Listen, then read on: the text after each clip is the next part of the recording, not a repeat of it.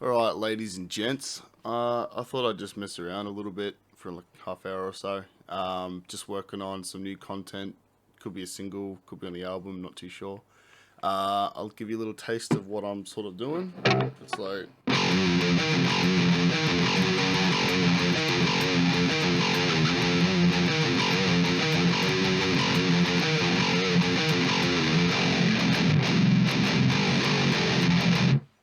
Yeah. And unplug.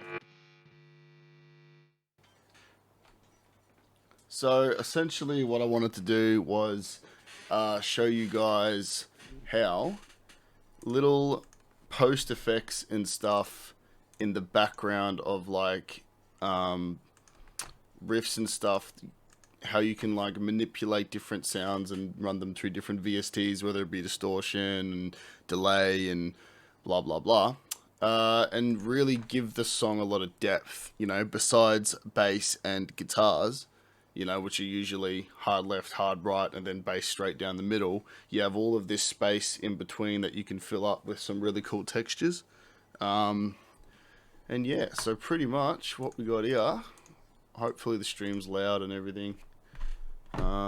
Yeah, so I'll play it for you.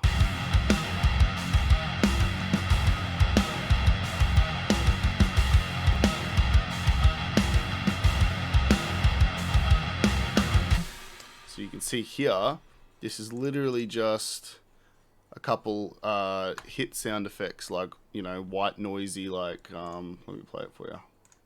With none of the effects on, you're looking at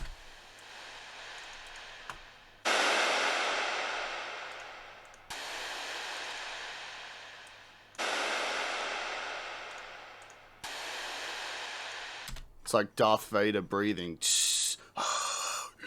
You know what I'm saying? So, but then, you run it through a vocal chain, and, you got my delay on it, a bit of EQ, getting rid of all the low end, reverb, distortion, compression, and then ozone imager, which will, like, make it spread a bit wider. You see here, it's like, could probably go up a bit more, to be honest. That's better. Nice and wide underneath that, yeah? And if you actually listen to it without, it doesn't seem like anything all that interesting, but when you take it out and then listen to the song,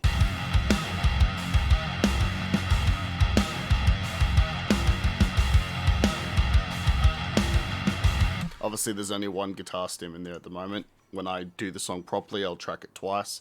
One hard left, one hard right to make it really wide. But yeah, put it back in.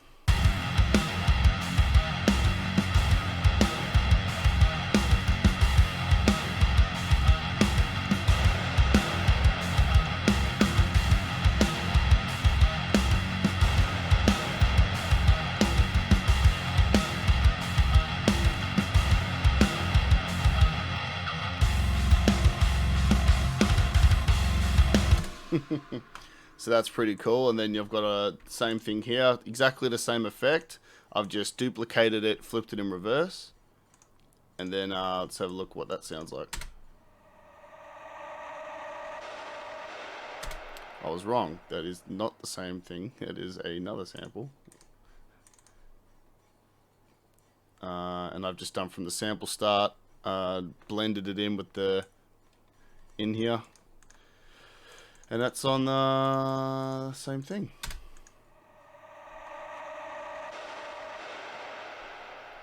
Really cool textury, like high-end sort of noises that don't clash with anything.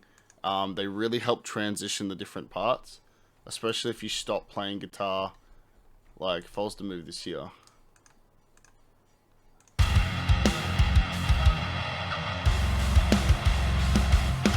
can hear that really changes the, I hope that's what I do, changes the sound, like the transition, how it transitions a lot easier, like your ears are like expecting the and another thing I wanted to show you guys was how you can grab exactly the same thing.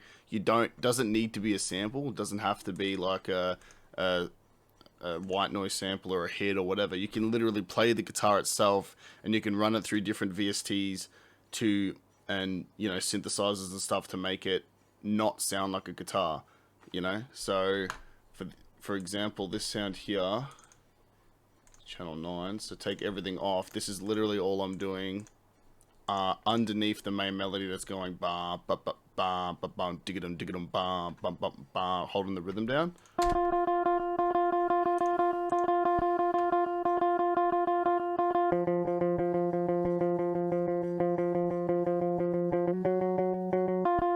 So that's just an F on the double octave and then F on the lower octave. So it's like 12 and 15 of the next string, or the third string down. So yeah, so that's all that is. But then when you run it through all of these effects, I got compressor, EQ, archetype Nolly, which is just an amp sim plugin. You can run it through any one you want. Distortion, ozone imager again, and then this, and then you end up getting this.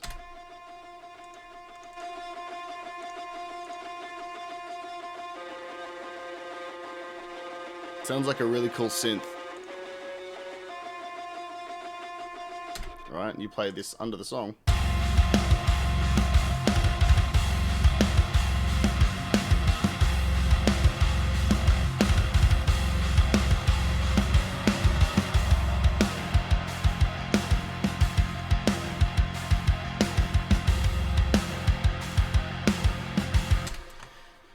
So there's that as well. Another cool trick, I guess, with just this tiny little bit of the song that we have here to work with that I've done is, you know, you can sort of like pre-show, because this obviously isn't going to be the order that the song is going to be in. I just like writing riffs in freestyling as I go about it. But you can sample your riff that you've written. So this here.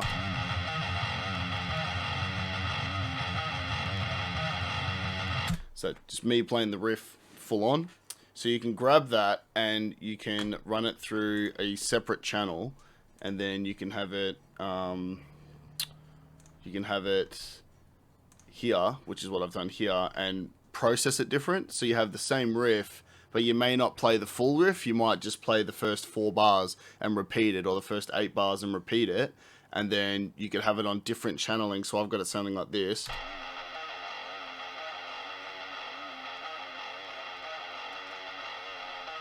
Right, which is here. So I've got lower, high pass and low pass, just like grabbing on the mids. Really like makes the sound really thin, which is normally bad, but not if you're deliberately going for that sound. So, and it just opens up the width of the song quite a lot, and it just leaves a lot of room for like vocals to come in. So the song sort of sounds a little empty intentionally, and then you build it up. And when you get to the drop, my fucking headset's driving me nuts. When you get to the drop, boom, it's back to being really hard wide, hard left, hard right guitars. Everything's like full again. So that's really cool as well.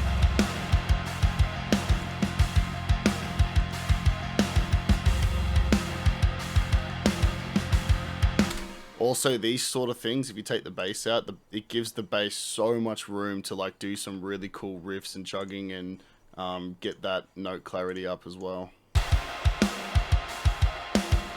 Bring the bass back in.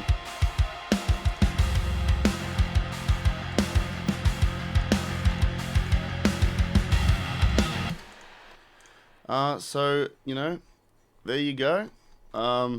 Just a quick little video, sort of trying out this whole streaming stuff. Definitely in the future going to be streaming a lot longer, doing a lot more. I'll probably get another screen here so I can watch the chat, and then if anyone's in the chat wants to message me and ask questions, I can answer it in real time. So there you go. Enjoy it. See you later.